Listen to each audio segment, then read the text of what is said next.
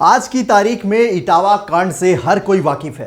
क्या शासन प्रशासन और क्या राजनेता, सत्ता पक्ष हो या विपक्ष, क्योंकि यहाँ पीड़ित यादव है और इस मुद्दे को राजनीतिक धार देने वाले विपक्ष के मुखिया अखिलेश यादव की राजनीति भी इसी वर्ग पर टिकी हुई है और मकसद साफ है। सामने 2027 का चुनावी मैदान है और इस मुद्दे को भुनाने में समाजवादी पार्टी कोई कोर कसर नहीं छोड़ना चाहती। तभी तो यादव रेजिमेंट ने इटावा के उस ब्राह्मण बाहुल्य गांव पर बड़ी संख्या में धावा बोल दिया। लेकिन वो भूल गए कि प्रदेश में गुंडागर्दी और बवालियों पर शामत आ जाती है, क्योंकि यहां जीरो टॉलरेंस पॉलिसी वाली योगी की सरकार है और पुलिस को खुली छूट है। बीते दिन इस गांव में जमकर पथराव और आगजनी हुई, जिसके बाद अब तक इटावा कथावाचक कांड में 19 बवाली गिरफ्तार हुए, 13 गाड़ियां सीज हुई और गांव में भारी फोर्स तैनात की गई। इटावा के थाना बकेवर क्षेत्र के गांव दादरपुर में घुसने से रोकने पर अहीर रेजिमेंट और यादव महासभा के लोगों ने पुलिस वालों पर जमकर पथराव किया। अपने बचाव में पुलिस को हवाई फायरिंग तक करनी पड़ी। इस घटना के बाद इलाके का माहौल तनावपूर्ण हो गया है। फिलहाल पुलिस ने बवालियों पर एक्शन लेना शुरू कर दिया है। आगे हम आपको यह भी बताएंगे कि इस कार्रवाई में अब तक क्या कुछ हुआ, कितने लोगों की गिरफ्तारी हुई और कितनों की मुश्किलें बढ़ने वाली हैं। उससे पहले मैं आपको आज से ठीक लगभग 2 साल पहले की एक घटना याद दिलाना चाहूंगा, जिसमें आपको तय करना होगा कि इटावा पर आज राजनीति करने वाले सिर्फ जात और वोट बैंक की राजनीति करते हैं या उन्हें सच में प्रदेश के लॉ एंड ऑर्डर की चिंता है। अक्टूबर 2023 उत्तर प्रदेश का जिला देवरिया रुद्रपुर कोतवाली क्षेत्र के फतेहपुर गांव के लेढ़ा टोला में जमीन विवाद को लेकर ब्राह्मण परिवार के 5 लोगों की निर्मम हत्या कर दी गई। पीड़ित दुबे परिवार गांव में अकेला ब्राह्मण परिवार था और उसकी आर्थिक स्थिति भी अच्छी नहीं थी। मृतक सत्यप्रकाश दुबे के 3 बेटे और 3 बेटियां थीं। घर की आर्थिक स्थिति काफी कमजोर थी।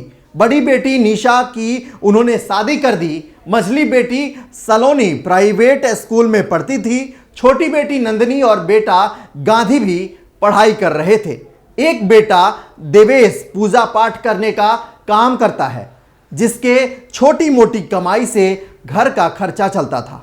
सबसे छोटा बेटा अनमोल 8 वर्ष का था।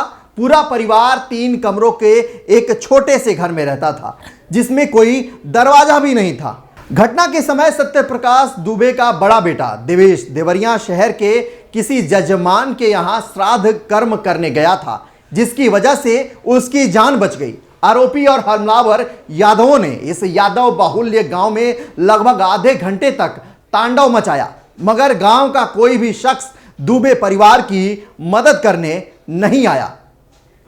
जमीन के विवाद में एक के बदले एक हुई 5 हत्याओं में सत्यप्रकाश दुबे का पूरा परिवार खत्म हो गया।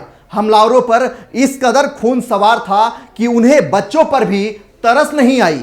ग्रामीणों के मुताबिक आक्रोशित भीड़ ने सत्यप्रकाश दुबे के घर की महिलाओं और बच्चों को पहले डंडों से पीटा, फिर गला रेता और उसके बाद गोली मार दी। देवरिया में एक ही परिवार के 5 लोगों की हत्या ने देश भर में उस समय सनसनी फैला दी थी। हत्याकांड में मारे जाने वाले सत्यप्रकाश दुबे का परिवार गांव में अकेला ब्राह्मण परिवार था। गरीबी में दिन गुजार रहा था।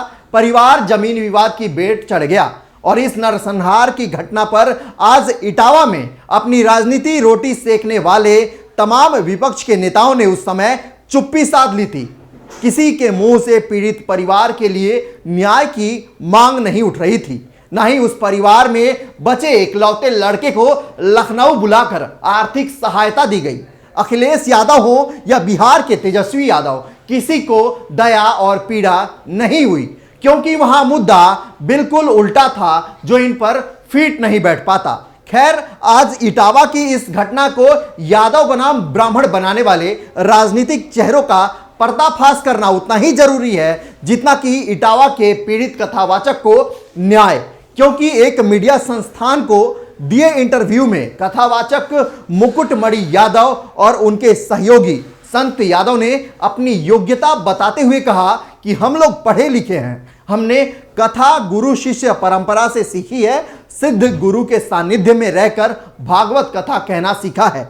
मुकुटमणि यादव ने बताया कि मैं 15 साल से कथा कर रहा हूं, हाई स्कूल इंटरमीडिएट के बाद बीए तक की पढ़ाई की है, बाद में गुरु के साथ रहकर कथा कहने लगा। वहीं साथ ही संत यादव ने बताया कि उन्होंने बीएससी बायोलॉजी से किया और वो पहले टीचर की जॉब करते थे, लेकिन कोरोना के बाद शिक्षण कार्य छोड़कर कथावाचक मुकुटमणि के संपर्क में आ गए और उनके सहायक आचार्य बन गए। लेकिन बड़ा सवाल यह है कि अगर ये सही है तो इनके पास से 2 अलग अलग नाम के आधार कार्ड कैसे मिले?